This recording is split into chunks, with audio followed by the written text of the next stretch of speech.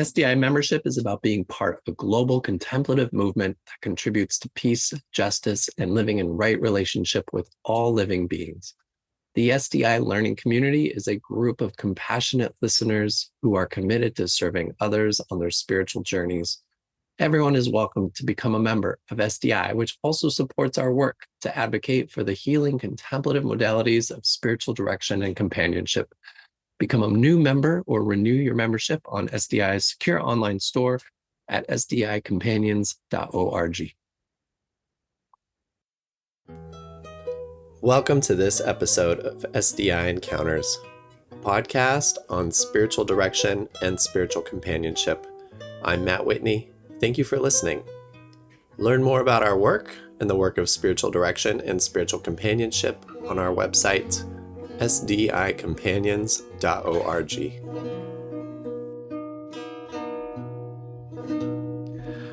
Those familiar with the Enneagram know what a powerful tool for self-discovery and insight it can be.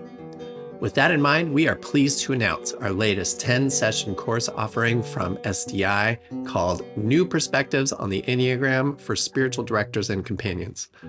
This unique online course offering from SDI offers spiritual directors and companions the opportunity to connect with peers who are on the leading edge of the Enneagram field. This course will give seasoned Enneagram explorers the opportunity to take a deep dive and develop new perspectives about the use of this medium in spiritual direction and companionship, while honing new skills and approaches to their practice and calling. We recently hosted a preview of this series, inviting many of our presenters for the course to share their perspectives. What's new for them? What's stirring? How does exploration of the Enneagram take them beyond archetypes and personality types and into deeper reality and identity?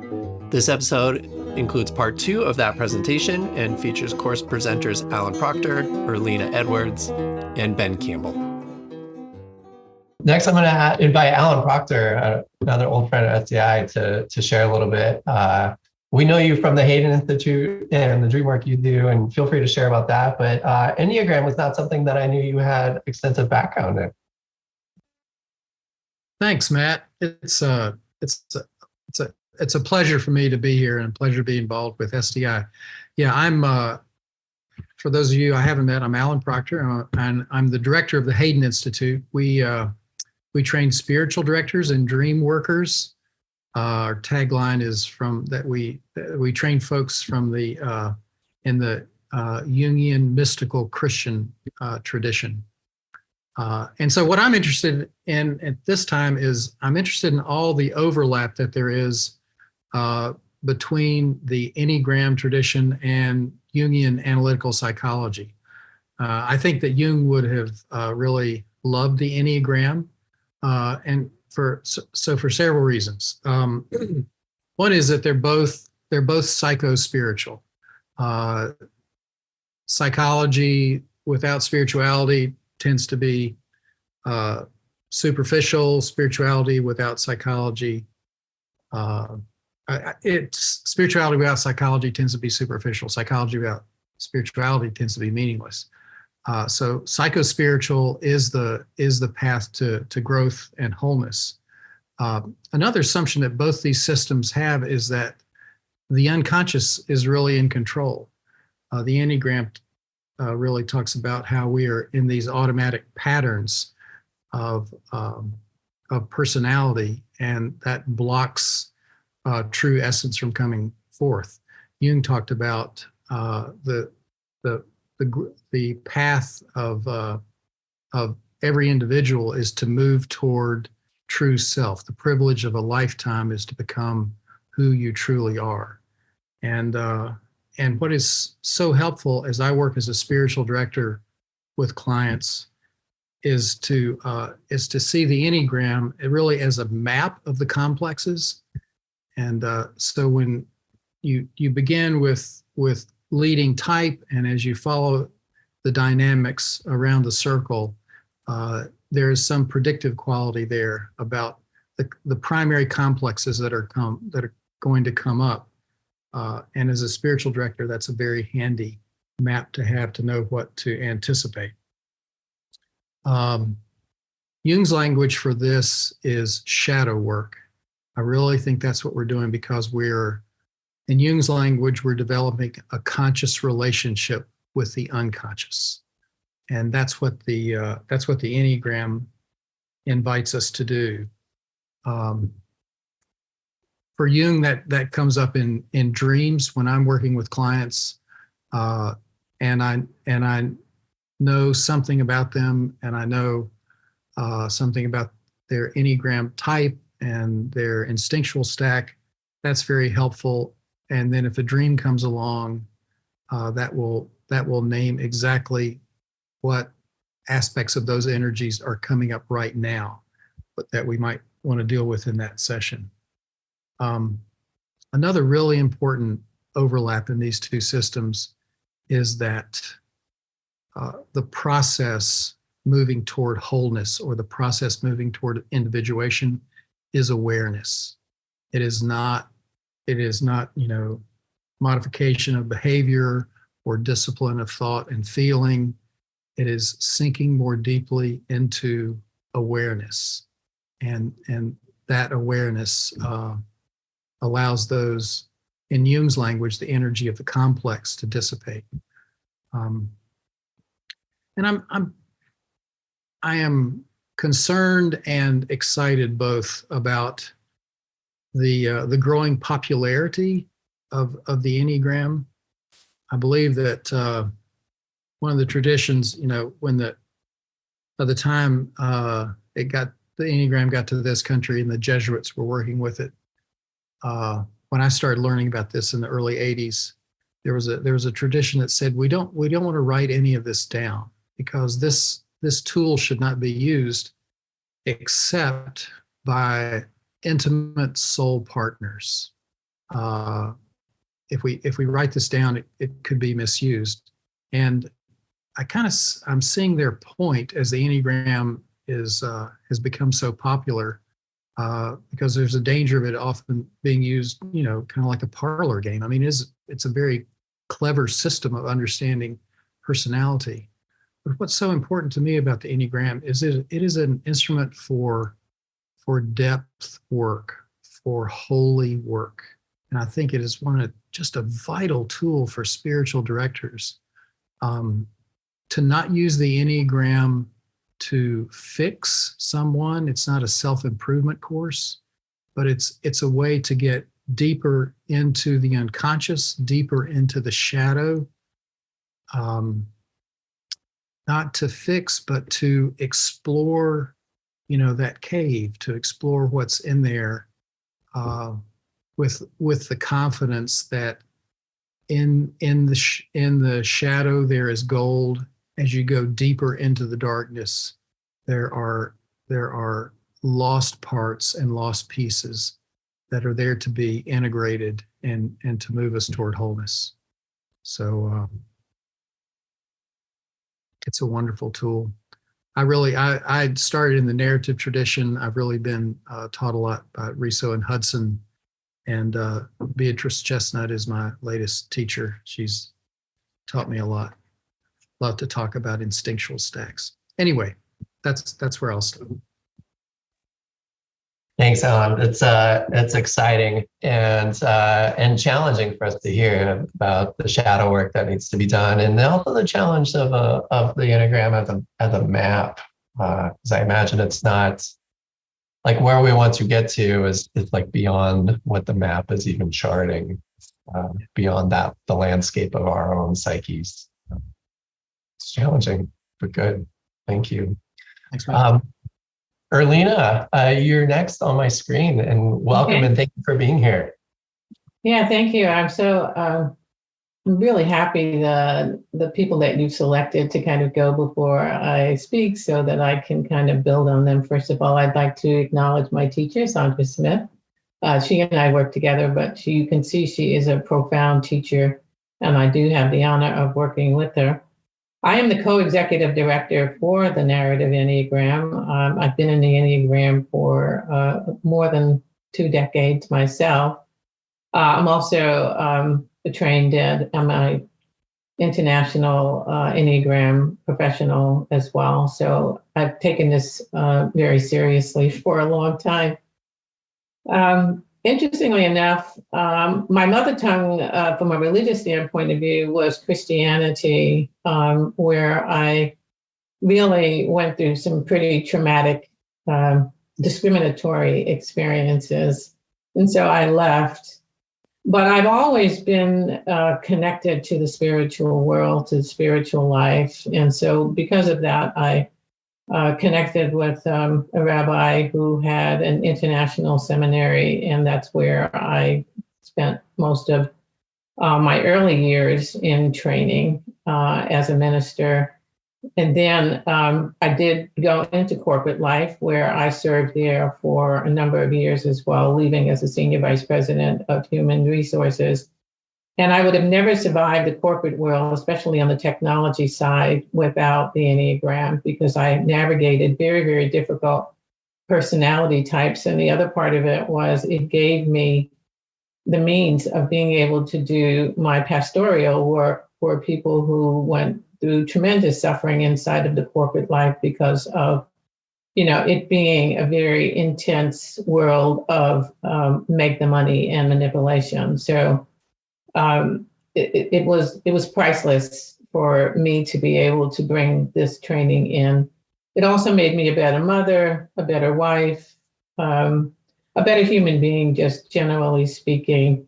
I'm a type 4.5, as I say on the Enneagram. There's no such thing as that, but I do spend a lot of time in 4. But my core fixation is that of a type 4, which means I really go into deep philosophical conversations and bodies of work in order to bring freedom to all souls. I'm particularly interested right now in the BIPOC community and marginalized communities who have not had access to this type of work for ever. And one of the things that the narrative has been deeply involved with for the last many years now is how do we bring this work into marginalized communities? And so we have put together, for example, BIPOC scholarships, where the first foundational courses, we try to provide that for people because we want to certify teachers to bring this work out.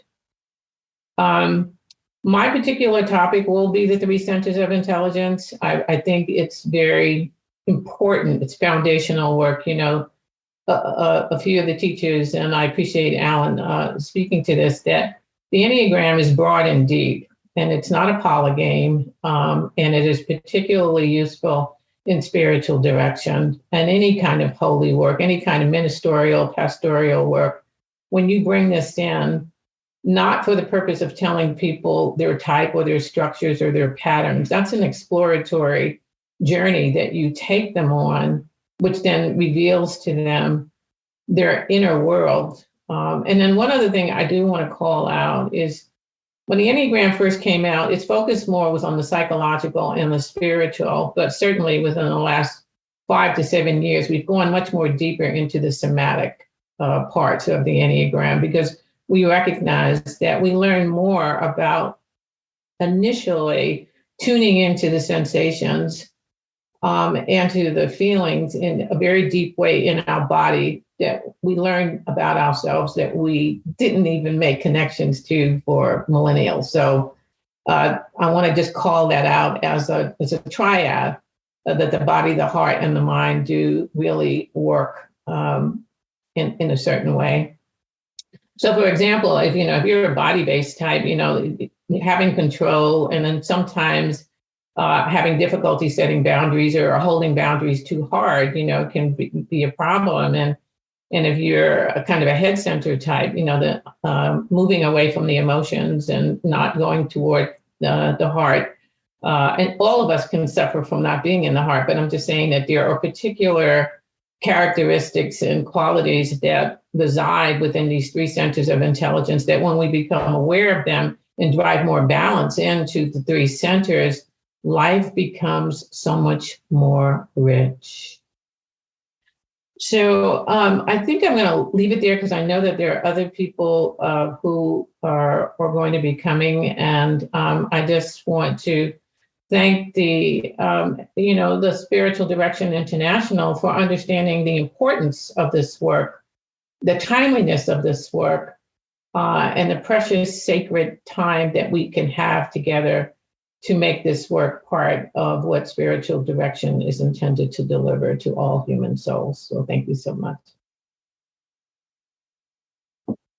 Thanks, Erlina. And anything that gets me out of my head thinking and into heart awareness and body awareness is good for me, and I imagine for a lot of us. So thank you for being a part of the series and for your offering here, and thank you too for your service to BIPOC and marginalized communities in your giving in these ways. Let's see, Ben Campbell. I think this is maybe your first STI go around, and correct me if I'm wrong, but welcome and thank you for being a part of this. Yes, it is. Thanks, Matt. And I am happy to be here. But have found my way in at the last minute through a friend. And when I saw the theme for the 10 weeks, I was really excited to be able to speak here.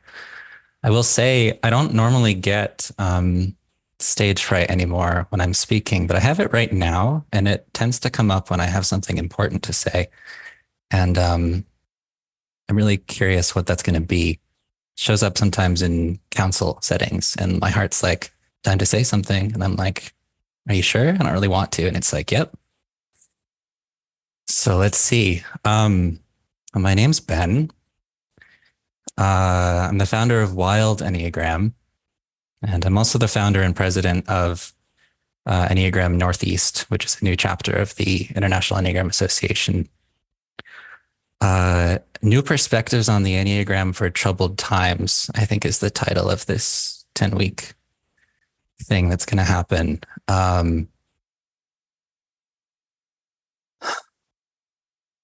So I notice troubled times when I went to the beach today, and I actually got stranded at high tide because a road to the beach flooded, which it's never done before. I see the troubled times when I walk through the forests in Bath, Maine, that have 300-year-old hemlock trees, and their leaves, they're supposed to be evergreen trees, and there's hardly any needles left on the trees because of invasive insects that we accidentally, without knowing what we were doing, shipped over here. They don't belong, but they're here. What do we make of that?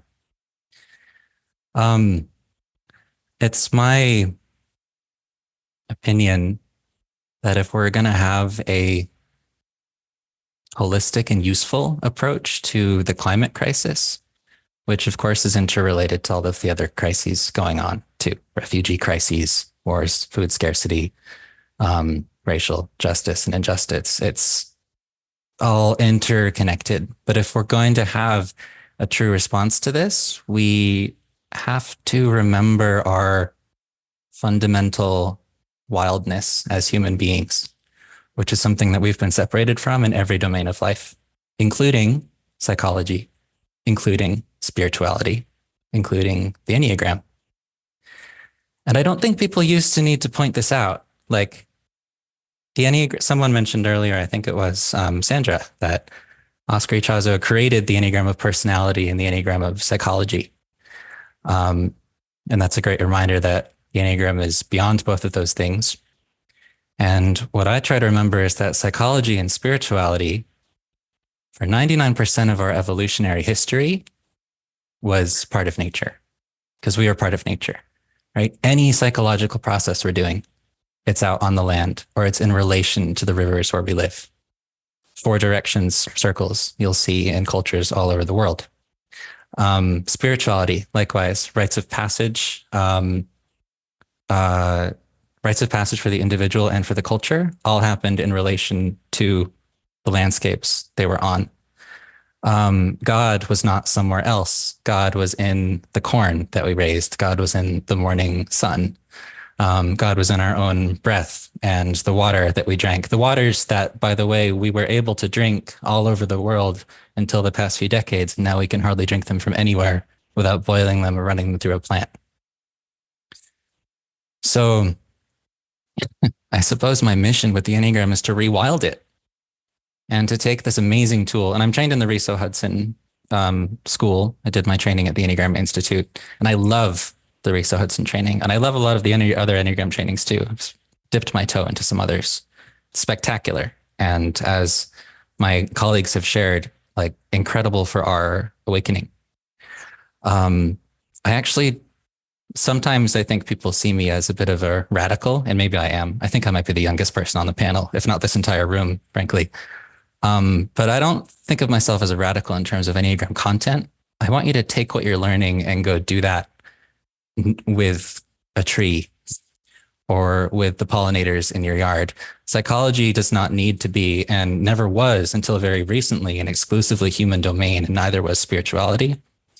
And all of my work is focused on how do we bring this amazing tool that we have and use that as a way to have intimate spiritual connections with the other than human world? Can we invite the other than humans into these council practices with us? Can we invite them into our consideration? Can I wake up, show up at an Enneagram retreat? Or can I go to an Enneagram retreat and engage with nature as more than just a pretty place to do my personal inner work? Is nature going to participate alongside me? I remember what that's like. And yeah, that's what my talk's going to be about. And I think my talk is last. So you got a couple months of waiting until I'm able to say more on this. But I think I'll leave it there. My talk's going to be about rewilding the Enneagram. So thanks for having me. Honor to be here. And it's an honor to have you. And thank you for speaking from the heart and speaking with courage. And, you know, these are strange times that we live in. And I think we need to get a little strange if we're gonna be able to face these times with the same courage that you're sharing right now, and with authenticity and integrity. So very much looking forward to your session and grateful for what you've shared. Our next episode will include the final part 3 of this Enneagram presentation, and will feature Chelsea Forbrook, Reverend Nian Vuong, and a bit of Q&A. To register for the full series, which includes 10 sessions over 10 weeks with all of these Enneagram presenters, go to sdicompanions.org. You'll find the registration link there. You do not need to be a member or spiritual director to attend. All are welcome. If you're enjoying this podcast and you want to help us share and spread the word about the life-giving practice of spiritual companionship, you can help us out by subscribing to this podcast through your favorite app. You could give us a like or even write us a review. Thank you for listening. This is Matt Whitney with Spiritual Directors International. Thanks again for listening. Your time and your presence here are deeply appreciated. If you liked this show and would like us to continue making them, please do subscribe now while it's fresh on your mind. Also, we would love to hear from you, so please feel free to send in your comments and suggestions to the email address podcast@sdiworld.org. SDI is the home of spiritual companionship. Learn more about us and our work on our website, sdicompanions.org.